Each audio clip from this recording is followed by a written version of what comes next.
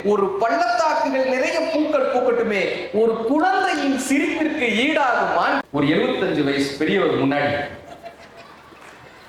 இப்படியே பளிர் விடுவார். கடவுளின் அருள் இருந்தால் உங்களுக்கு ஆண் குழந்தை பிறக்கும். கடவுளே வந்து பிறக்க வேண்டும் என்றால் அது பெண் குழந்தைகளாகத்தான்.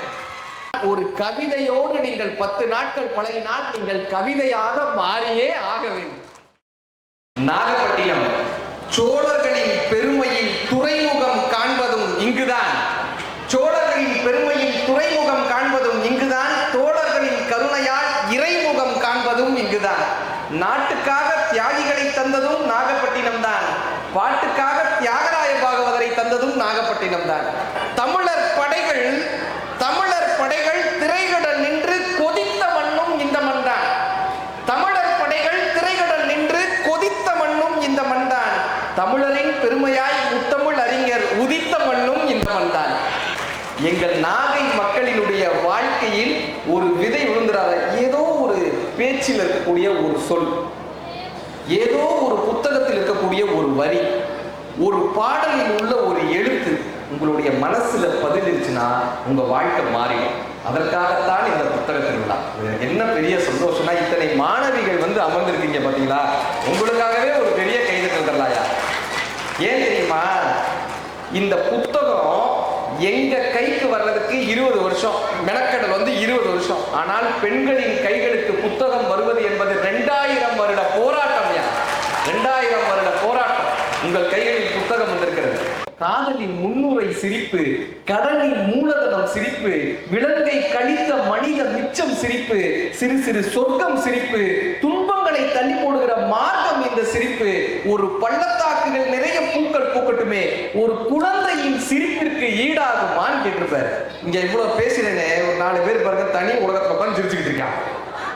இவன் என்னையா சம்பந்தம் இல்லாம ஒண்ணு பேசிட்டு இருக்காங்க. ஆனா அந்த குழந்தை தன்மையை மீட்டெடுத்து தருவது புத்தகங்களால் மட்டும்தான் முடியும்.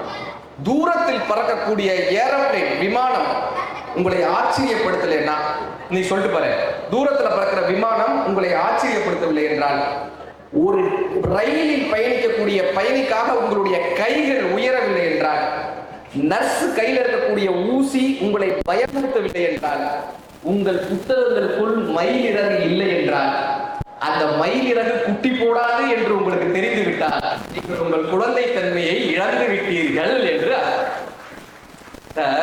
இந்த குழந்தைய சிரிக்க வைக்கிறதுக்கு பெரிய விஷயம் தேவையில்லை. ஒரு கிளுகிளுப்பன் இருக்கும்ல 20 ரூபாய்க்கு, அதை எடுத்துட்டு போய் குழந்தை முன்னாடி போய் ஆட்டுங்க, உளுந்து உளுந்து சிரிக்குமா?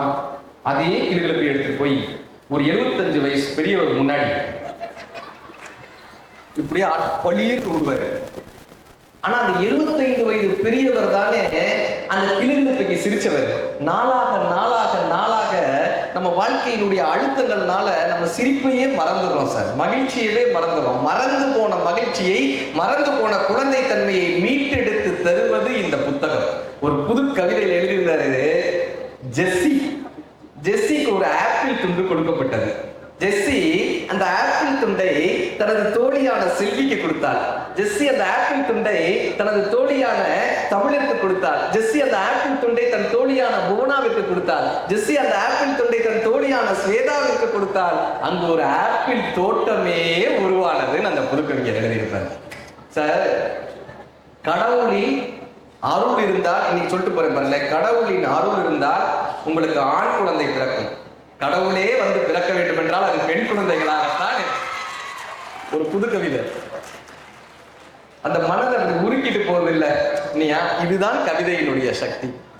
ஒரு பையன் அவங்க வந்து ஸ்கூல்ல மாறு வேட போட்டி, அம்மா கிட்ட போய் சொல்றாங்க கர்ண வேஷம் போடணும்னு. அவங்க அம்மாவுக்கு ஆசை, பையனுக்கு கர்ண வேஷம் போடணும். இப்போ ஸ்கூல்ல போய் கேட்குறாங்க டீச்சர் கிட்ட, டீச்சர் இந்த கர்ணன் வேஷம் போடணும்னா எவ்வளோ டீச்சர் ஆகும், இந்த கர்ணன் வேஷம் போடுறதுக்கு எவ்வளோ நேரம், எவ்வளோ டீச்சர் ஆகும்? அவங்க டீச்சர் சொல்றாங்க ஒரு 6500 ரூபா வரும், இந்த கவசம் குண்டலம் எல்லாம் சேர்த்து 6500 ரூபா வரும்.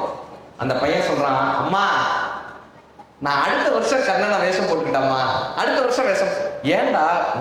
அம்மா என் ஃப்ரெண்டு ராஜு இருக்காங்கம்மா, அவனுக்கு இந்த வருஷம் ஃபீஸ் கட்டுறதுக்கு காசு இல்லைம்மா, அவங்க அப்பா ரொம்ப கஷ்டப்படுறாரு, அவனுக்கு ஃபீஸ் கட்ட காசு இல்லை, 2 நாள் அவனை வெளியே நிப்பாட்டிட்டாங்க, ஃபீஸ் வெறும் 5500 ரூபா தான்மா. நம்ம இந்த 5500 ரூபாயை இந்த வட்டம் ராஜுவுக்காக கட்டலாமா, நான் அடுத்த வருஷம் நான் கர்ணனா வேஷம் போட்டுக்கிறேன்ப்பா. அந்த அம்மா அப்படியே உச்சி முகர்ந்துட்டு சொன்னாங்க, தங்கம் நான் உனக்கு கர்ணனா வேஷம் போடணும்னு ஆசைப்பட்டேன்டா, ஆனா கர்ணனே வந்து எனக்கு பிறந்திருக்காங்களான்னு அந்த அம்மா அவனை உச்சி முகர்ந்தாங்க. இந்த குழந்தைகளின் உலகத்தை நமக்கு கவிதைகள் கற்றுக் கொடுக்கும். ஏன் தெரியுமா?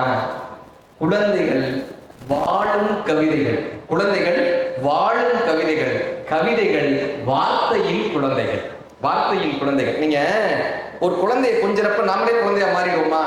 சில்லக்குட்டி பிச்சுக்குட்டி இப்படி கொஞ்சம் கொஞ்சம் போது நீங்க கொஞ்சிறவரை பாருங்க, அவரும் குழந்தையாவே மாறி இருப்பார். ஒரு 70 வயசு தாத்தா முதற்கொண்டு குழந்தை அப்படிதானே கொஞ்சுவாரு, தானும் குழந்தையா மாறிதானே கொஞ்ச முடியும். ஒரு பறவையோடு நீங்கள் 10 நாட்கள் பழகி பறவையாக மாற முடியாது. ஒரு நதியோடு 10 நாட்கள் பழகி நதியாக மாற முடியாது. ஒரு கடலோடு 10 நாட்கள் பழகி நீங்கள் கடலாக மாற முடியாது.